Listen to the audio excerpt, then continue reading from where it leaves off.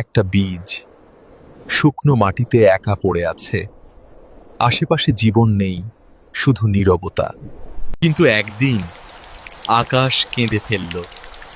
কয়েক ফোঁটা বৃষ্টিই যেন আশার নতুন আলো। মাটি ভেদ করে সে মাথা তোলে, ছোট্ট সবুজ অঙ্কুরের মতো সাহস নিয়ে।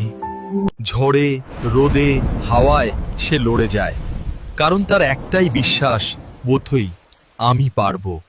কয়েক বছর পরে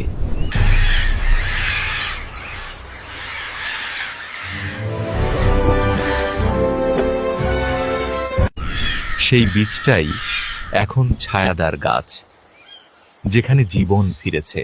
একটা ছোট্ট বিশ্বাস, একটা ছোট্ট শুরু, ওয়ামনে বদলে দিতে পারে পুরো পৃথিবী।